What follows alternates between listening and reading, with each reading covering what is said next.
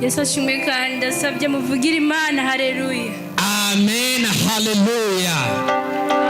Nagina nsaba umwungere wacu ndirimba akaririmbo gatoya. Ko muri ko murarimba indirimbo mwese amasaha yagiye tuzoka guha cyangwa uzoje muri korali. Okay.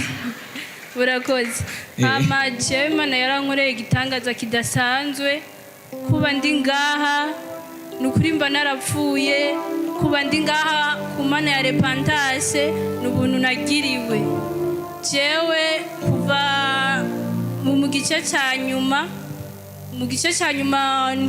tukiri mu ntango je narafashwe ngaha mu nda ngwaye, ndagwara cyane, ndagenda kwa muganga barampima barambura ingwara kugeza yaho nyene muhira bavuga ati none wewe ko tukujana kwa muganga tukabura ingwara cyangwa nkurikirana TikTok z'uyu mukozi w'Imana nguma nza ngaha ndamubwira ati pastor je ngwaye ukunuku je narashishe ngaha wenyine ahita arabinyibwira wewe baragutanze ikuzimu, ifoto yawe iri kuzimu. Haleluya. Ndashimiye Imana naramwegereye. Uyu mukozi w'Imana arabakunda kuruta uko yikunda. Ndabamushimiye cyane. Yari naragiye kwa muganga amazi igihe ansengera, naragiye kwa muganga ndababwira ati mundabe ndabonana na doctor, arambwira ati jewe nari maze igihe mfise ikivyimba mu nda shaka ndabire. Doctor arandyamika ku gitanda arambwira ati ryama turabe, arandaba ngaha mu nda ambwira ati je nta kintu na kimwe mbona kubw'abasenzi bo ngaha, kubw'umukozi w'Imana wo ngaha. Sinamenye yuko ngaha mu nda hari hazirikiye inzoka, ngaha mu nda hari uruvyimba runini. Ndashimiye Imana ubu cyaravyimbutse. Mukomere Imana yacu amashi. Yarafise ikintu kivyimbye ngaha munsi y'ibere kandi ukanabona ko havyimbye ari haniniya havyimbye.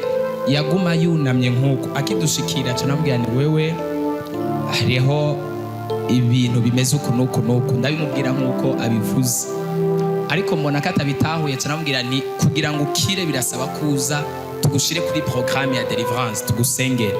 Turamusengera nibaza ko tumusenge nk'indwi zine nimba atari zitatu turiko turamusengera ndamujana hariya ku basenzi turamusengera twongera turamusengera. Urumva ko yagiye kwa docteur bakamubwira yari yambwiye ko afise ikivyimba, yagiye kwa muganga bakamubwira ko ikivyimba cari kiriyo ataco babona. Amasengesho n'ibivyimba arabiyongesha.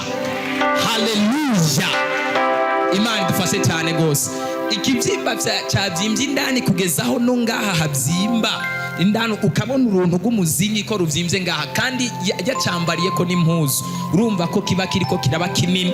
Satani yagomba kurangiza ubuzima bwiwe kandi mu myaka mikeya agifise kazoza, ariko mu gihe washitse hano Satani ntagazopfa kukugira ko ijambo mu izina rya Yesu.